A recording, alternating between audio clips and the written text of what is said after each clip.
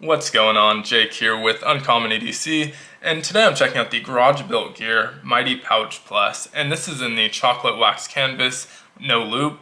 I got it for $49 on the website, and have been wanting to get one of these in a drop for quite a while, and for different reasons. Sometimes I just wasn't as interested in the material, sometimes I was, but I forgot about the drop, I was too late to the drop, I got cart sniped, whatever the case may be. I just haven't been able to get one. It's been a really elusive pouch for me, and it's very popular. They sell out in seconds most of the time, so super excited to be able to get this one. I definitely could have gotten one on the secondary market.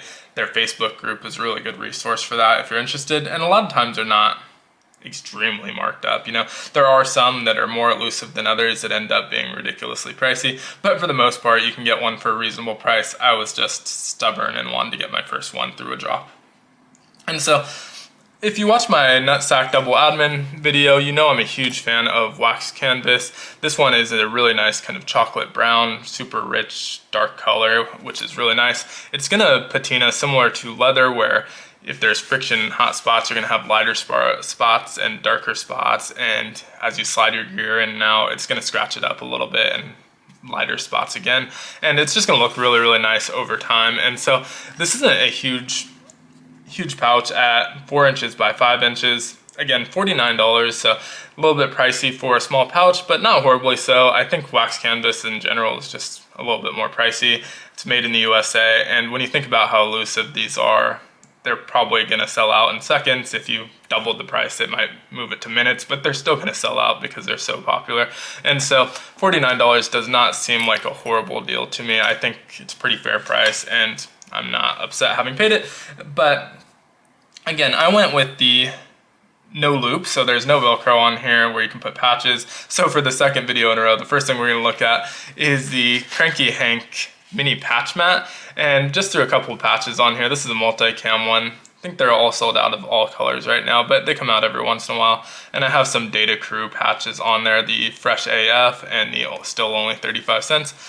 I think I may start, if there's no Velcro to put patches, just throwing this in the corner of the video just to put more patches out there, show off a bunch more patch makers and patches that I have in my collection, and just a good way to show those off. I don't know, we'll see. But I do like that patch mat quite a bit.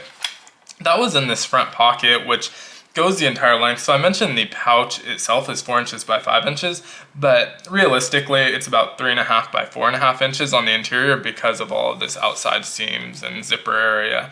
And so the front pocket's essentially going to be 3.5 by 4.5 inches. If I put this in, you'll see it's about 2 3/4 inch deep, but you have a little bit of extra real estate. So even this patch mat was sticking out a little bit because I probably could have stuffed it down further so it wasn't, but how I had it in there, it was sticking out a little bit.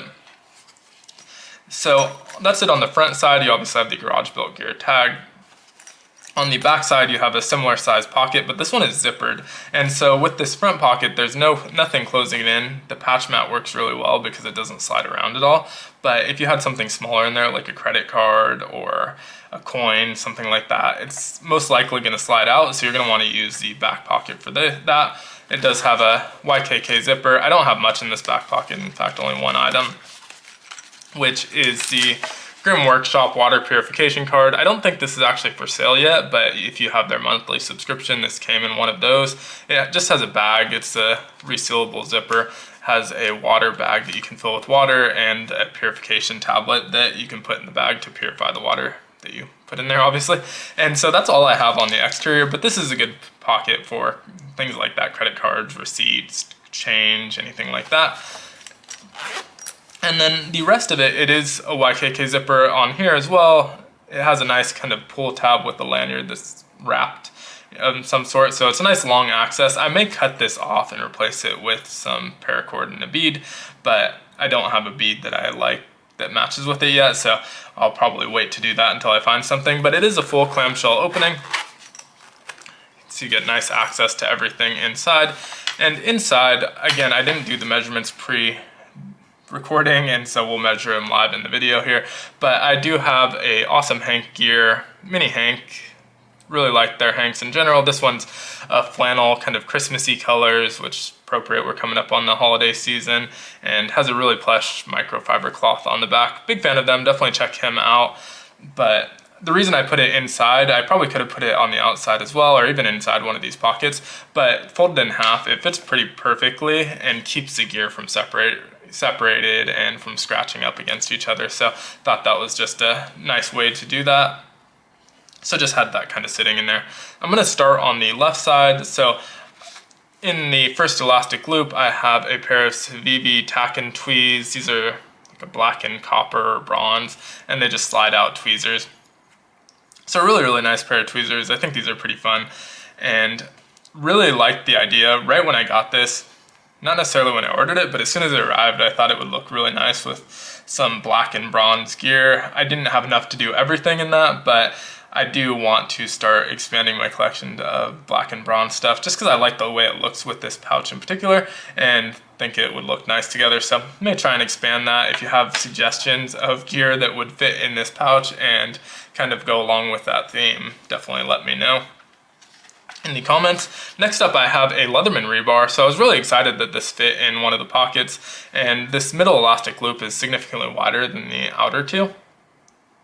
I don't actually know if that's the case in all of the pouches or if mine was just sewed a little bit off. These are handmade in the US, and so it's possible that you're gonna get slight variation. So I don't know if that's intentional or not, but I really do like how wide that elastic loop is. I was able to fit the rebar very nicely. This is one of my favorite multi-tools that I carry probably the most, and so glad that was able to fit in there. It could have fit in a wider one though. It's not like it was snug in that pocket.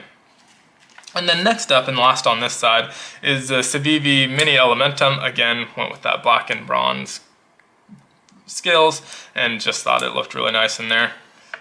Compact blade, definitely could have fit a bigger blade if I went a different route, but that one matched the color and kind of fit well. Now, all of those were in these elastic loops and sitting inside of this bottom pocket, which I think is about 2 inches, pretty much 2 1/8 of an inch or so. And so, if you measure from the interior, slightly less than 2 inches, right about at that 2-inch line. And so they all sit in there. You can definitely not have them sit in there if you want to, but I don't really see any reason why you wouldn't. And then the back pocket over here, I didn't have anything in, and that's mainly because the multi-tool is in there, so it's adding a lot of bulk. I could have fit, something like this in there pretty easily, a small notepad, but decided not to, just to keep the thickness of the pouch down. But that back pocket is pretty much right at 3-inch mark. And so 3 inches deep, about 3.5 inches wide, which again is about 3.5 by 4.5 on the interior. Now, as far as the elastic loops go, the first one is about just over 3/4 of an inch. The middle one is a lot larger at about 1.5 inches, pretty much exactly on the 1.5 inch mark. And then that last one is about 1 inch exactly. And so again, different widths. You have a larger one, a medium one, and a small one on the left. And so really like the usability of those elastic loops. On the right side, have a couple items as well. We have the Numith Toe Hill Lighter. This is basically a twist-off cap Zippo, and so you fill it with the same fluid, use the same wick and flint and all of that, and works exactly like a Zippo, and just twists on and off. I think I got this in a really old Going Gear before I had a YouTube channel, before they had the premium subscription, probably 2.5 years ago, but really like this little lighter. Not sure if they're pricey or not, or even if they're still available, but pretty cool little lighter.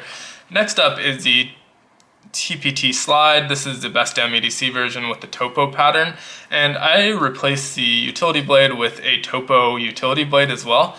You can get those over on Zero Feud's website. I think they have a 4 or 5 pack for about $20, but they're not all topo. You get a bunch of different patterns, only one of them is topo, so ended up putting that in there. I haven't used this particular utility knife a ton.